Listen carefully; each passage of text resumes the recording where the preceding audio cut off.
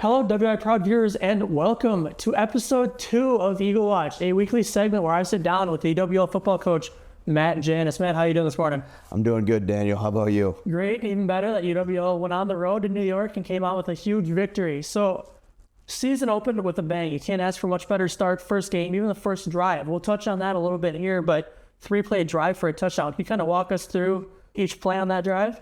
Yeah, I mean, obviously it kind of starts with like the way we approached that game. I thought our coaching staff did a phenomenal job of getting our guys ready and making sure that we were ready to go out of the gates, because that was, I mean, with the big travel day, that was a huge concern with us was, we traveled across whatever it was, 5 states. We had an 18-hour bus ride. Then, you also think of the game day, like when you play later afternoon, night game, our guys are sitting around at a hotel. They're kind of out of their usual situations that they find themselves in. So I thought our guys did a really good job, coaches too, of being ready to go and really coming right out of the gates here. And as we kind of get over to the film here, you'll really see from this first play, and again, this is why Coach McGuire, our offensive coordinator, is the best that I've ever been around. And right out of the gates, we really wanted to kind of check and see, when you have a player like Jack Studer, and when you have a receiver like that, and you have a talent like that, you really want to kind of see how teams are going to defend him. And so right off the bat, Coach McGuire really gives him kind of a 3-by-1. You guys can see the formation really into the boundary here. And so we're trying to ISO here and trying to see what are they going to do, what kind of coverage, what are they going to do with this field safety right here, and what type of coverage is he going to play more to the boundary side, to where the receiver strength is, or is he going to kind of fit more into the box? And so we have really a kind of an RPI option on right here, and really, to be honest with you, Daniel, this is Zach Weir and this is Jack Studer. That's the reality of this. This is Jack getting a good inside release here, and this is all Jack and Zach on the read here. Good job coming back to the ball and then running. I mean, you talk about fast starts and how you set the momentum, and to go right off the bat, I think it was 62 yards. I mean, that's a great job by those guys. And then we find ourselves back into the red zone. We find ourselves into the red zone for the first time in our season, and we preach so much with situational football and so how important the red zone is with our offense. So we try to teach with our guys, when I look at red zone offense, like, to have patience down there, right? And to know that, I feel sometimes even like, guys play these video games, right? And they want to take a shot right away. They get in the red zone, they feel like they got to score in one play. So again, just kind of designing, getting more into what UW lacrosse football does, and you see a little bit of a counter action there with a guard fullback, pull back into the boundary here, and trying to establish the run game down there. And obviously RPI does a good job. They end up, forcing their corner and their safety to the boundary here, having to step up and tackle that. And they do a good job, and so now we find ourselves in second down situation here. So as we get into the next play, okay, we change the formation a little bit here and create some play action, obviously the boot action off of that. And you see again, this is the play caller that comes out in Coach McGuire right here. That's what this is. You see, obviously, the misdirection. You see the flow of the linebackers. I mean, everybody's keying our back right here. You have the misdirection. And then you also see from the backside of things, if you look at this picture, again, so now, they didn't have a good bracket on Jack early on, and now Jack's getting he's getting double covered, right? Now you have the safety and the corner both going to Jack. Okay, and so this is an easy kind of walk-in for Zach right here. And we also got kind of our tight end, Marco Rajkovic, dragging across the field too. Easy tight end, or easy kind of run-in for Zach right there. And again, that's on the play caller, and that's on our players executing on that first drive. And that touched on a little bit, heading back to last season, you guys, quite the offense. I think you averaged about 39 a game, 35 this first game. All too familiar with that red zone.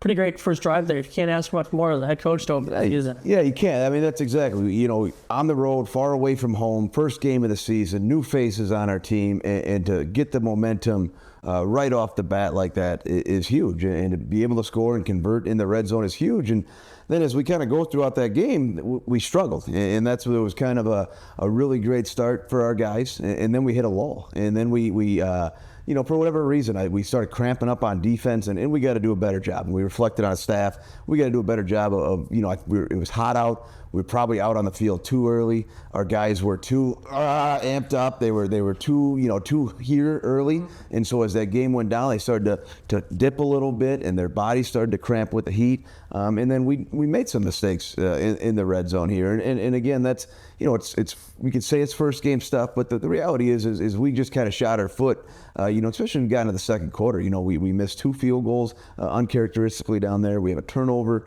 down there. We just didn't do some of our UW lacrosse football things, and so that kind of left a bad taste as we got to get into got into halftime, and so we were very just kind of frustrated. Felt like that lead should have been opened up a little bit more there in the second quarter. But what I really liked, and I think you use the non-conference season to me, right? The ultimate goal is to win our league, and that's the goal. That if you do that, that's what gets you into postseason play. That's the easiest route to everything. So when you get into non-conference play, like to me, you want to find out who your football team is, right? And you want to challenge yourself with your schedule, and you want to figure out who your team is. And so for us, as we looked at it first half, we have a great start. We get up 14-0. Defense is playing well, but then we just struggled in the red zone. So, we end up, kind of not having momentum as we get into halftime. There's, we had some frustration. We felt we were missing some assignments at times. And so we got into halftime, and it's like, okay, let's see who this team is. Let's see what they do. And I thought our guys and our staff did a great job of keeping our composure, not panicking because we missed this read or we missed this block. We just hit reset at halftime. Mm-hmm. And then we came out of the second half and kind of got rolling here as we got into the third quarter. We got into some big plays, especially in the third quarter. And you're big into talking about that non-conference schedule, how crucial that is. You play up a division for the first time, back-to-back weeks this week, hosting Northern Michigan at home on Saturday. For fans that missed this first game or maybe haven't seen the team yet, what can they expect in the home opener? Yeah, I think it's going to be kind of a totally different style of football than what we saw last week. So our coaches have been in late. Really, we've been a couple days ahead here because we got back on Friday. So since Friday, after the whirlwind of all this travel kind of wrapped up, our coach has been on Northern Michigan. So we're going to see, as we go up a division, we're going to see a different style of speed. We're going to see a different style of size up front. And that's what we're trying to do. We're trying to challenge ourselves by playing up the division so that we can get ourselves ready ultimately for why I play here. So we're going to take a Northern Michigan team that, first and foremost does some really different things on the offense side of the ball. They're a team that's really running split back option right now. So that, especially at the college level, you don't see that too much anymore. So Coach Zweifel, Coach Calicott, our co-defensive coordinators have really had to tweak, have really had to adjust our defensive system to make sure that we're sound in our option principles, to make sure that, anybody that's defended the option, that we have somebody on the dive, that we have a guy and a half on the quarterback, that we have a guy and a half on the pitch. And so we have they've spent all this kind of tweaking and looking at our rules without overloading our guys. Hey, this is the whole new playbook here just to stop the option. And then on the defensive side of things, I think they've done a much better job improving themselves in the front seven over the last time we played them. I think they have really 2 phenomenal linebackers with the number 0 and 44. They are good players, really good players. And they got a secondary now, a little young at some of the corner spots, but they got a secondary now that is really long at safety. I mean, they're 6'3" guys that just, again, that wingspan at times that just hard in general to throw over those guys. And they're running really kind of a one-high look. So it's very different than what we saw in week 1. So that, and that's how it goes throughout the season. Our offense got to get used to the different coverages, different fronts that we're going to see on a week-to-week basis. Heading back to week 1 out at RPI, Zach Weird, can't ask for much more out of him. 12 of 14 in the air, 279 yards, 3 passing touchdowns, and then also 1 on the ground. What did you see from him in that game that you really liked? I think it's what we've always seen in Zach, to be honest with you. I mean, I thought he did a really phenomenal job of first and foremost at that position, especially in week 1, of taking control of the offense. Like it's his offense when he's in there, and I thought he did a really good job with that. He brings a different style to the quarterback position that we haven't seen, and it's not a bad thing, and it's not a knock on former quarterbacks. He's got a tremendous arm strength, as you saw with the first play and some other throws that he made. He has a tremendous sense of his pocket awareness here, and so I thought he did a good job. You talked about a stat line right there. There was maybe one read that we kind of talked about on the sidelines. Outside of that, you can't ask for much more out of your quarterback in week 1. that arm strength you just mentioned. Late in the third, he had an 80-yard touchdown pass to Wyatt Lemoyne. Can you kind of walk us through that play from a film perspective? Yeah, no, it's as we kind of get into it here. Again, we thought we kind of got the look that we thought. We thought we were going to be able to, and in certain formations, they were going to get us into what we call kind of their quarters package here. And so Coach McGuire bunches them up here and gives them kind of a different look to the field right here with a two bunch combo with our wide receivers, and we're running the concept off of that, really a dig post right here, and that's going to stress their quarter rules. That stresses that defense right there. So it's a great job of the play calling with that. We get some play action off of that. I thought Zach does a good job, again, using his mobility, using his pocket awareness to step up and make this throw. And then obviously Wyatt is a different breed at the slot. I think when you talk about a lot of slot receivers, I think a lot of people think the smaller, shifty guys, and we have some of those, and we use different personnel with that. But Wyatt is a different animal. Where Wyatt is 6'3". He is a big guy, and Wyatt's kind of got that track runner in him. I believe his mom's a track coach, so he's got the speed to kind of tie in with that size. So when he gets going and he's got to run like this, he's hard to catch, he's hard to cover, and it's just a different matchup in the slot right there. It's one of those plays where I'm sitting, luckily, alone here in the station watching this game, putting the game story together. Kind of lost my mind because I'm like, that throw is just something I'm not typically used to seeing. So it's just like, to see that was pretty crazy. And then another play, and I lost it. Another play late in the third was a catch by Jack Studer in the end zone, his first touchdown of the year. Yeah. Crazy catch. Can you kind of walk us through that play as well? Yeah, I think it starts with Wyatt's play that we just went through. And I mean, with Wyatt, right there, like that alone got the momentum back in our favor. That's really kind of the play that changed everything in the third quarter, and then we're going to kind of roll here through the next couple possessions. And with Jack again trying to just, we felt like he was one-on-one. Zach Weir again makes a great read, and this is one, like, as a coach, there's not a lot of X's and O's to go over on this. This is just Jack Studer, his nickname, so everybody knows, is Alien, because he does things that are out of this world. Again, I don't know. There's not a lot of wide receivers that make this catch. It's a pretty unbelievable. We get it a little bit from the tight version here. It's a pretty unbelievable catch. It's a great job of keeping his feet in, one-handed. Like you watch some of that stuff and like you sit there and say, oh, great coaching or whatever. It's not. It's Zach Weir putting the ball, giving him a chance, and it's Jack Studer doing things that he has done over and over and over again throughout his career, and finding a way to make this catch, to get 2 feet in bounds, and to score the touchdown here. Also out of this world in that game was the run defense. Only allowing, I can remember one decently big play. Otherwise, pretty much every run I was seeing was just getting stopped at the line of scrimmage. How can they kind of use that moving forward in this season as motivation? Yeah, I thought, Coach Collicott, especially because he's tied in really quite a bit to our run game. I thought he just did a good job of getting his guys ready to go with what they were going to see, and then just letting them play. I think the first week, coaching defense is hard just in general, but the first week I feel is always challenging because you never really know what you're going to get. We thought we were going against a really good offensive coordinator who was going to do get you into different formations to stress you. And so we knew we had to rely, we knew the back end was going to see a lot of different pictures. So we knew we kind of had to rely, and we thought we were going to have the advantage up front with, a group that we've been really impressed with throughout camp, a group that brings back guys that are healthy. Merrick Dixon, healthy now. We had him out since week 1 of last year. Chris Powell, healthy now. Marquise Cagle, healthy now. And then you bring in transfer. You bring in Nate Wilcher.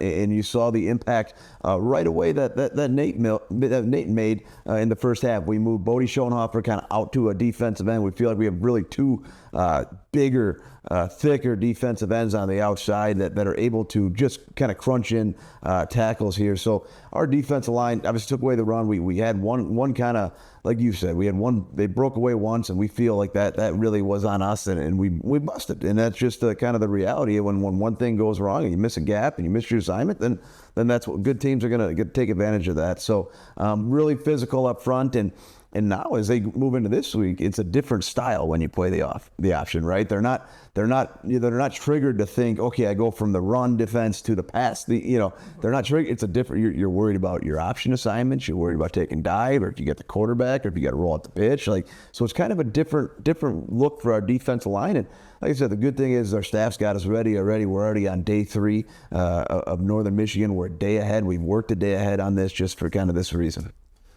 Touching a little bit more on Jack Studer, we talked in episode 1 about how he's kind of the guy to watch if you're defense and prepare it. Last week it was wide and wide, 2 receptions, 2 touchdowns. How's it, or what's it like for you to have like just a deep receiving room like you have? It is, and we feel like we haven't even unveiled half of it, to be honest with you. So we still have more in that room. We're very excited.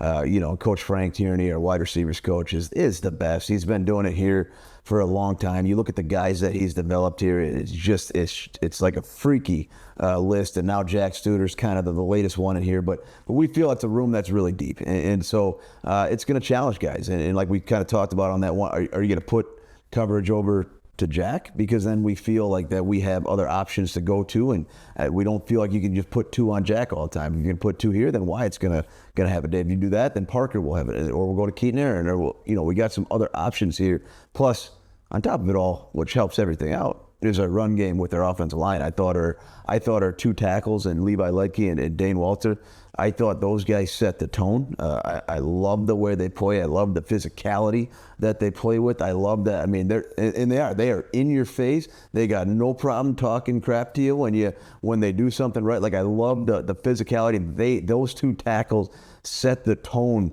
of physicality that we're looking for up front. So the Eagles went to Northern Michigan last year, went on the road, 34-3 victory, 35-0 win to open this year. What can the people expect that are coming to the game on Saturday? Yeah, I think it's a program that's much improved. I think it's a program, with Coach Richardson's that knows he has the vision, and he's moving some of the pieces around to achieve that vision. So anytime you play up, like I said, the size, the speed is going to be different. The challenge of now having to play an option team, and again, you just don't see that. Like, you have a play caller, as a play caller, a defense, you're constantly thinking coverage.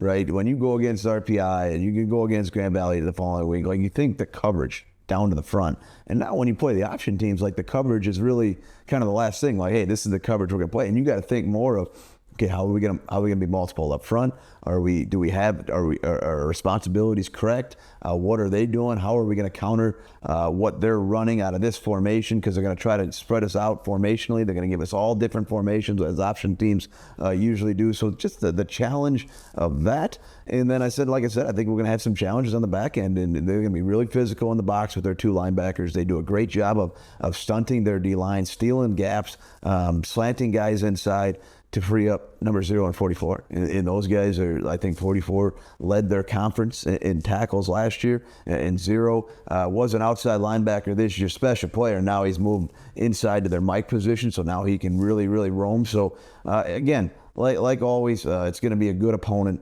for us, and it's going to be a good test to see, like I taught you earlier on, is who's this 2024 football team? Like, who are these 2024 Eagles? And we're going to find that out now as we get under our home atmosphere, and that's always exciting when you have your home opener. You get to play in front of your crowd, especially when you're coming off an 18-hour bus ride. That we felt our crowd traveled. We had more people than they did in their stand, so like that already was cool. And then to have this build up here throughout the week for our home opener is exciting. For fans looking to get to that home opener this Saturday at 1 p.m., come out and support those Eagles. Matt, thank you for your time. Viewers, listeners, thank you as well. As always, go Eagles. Thanks, Daniel. Go Eagles.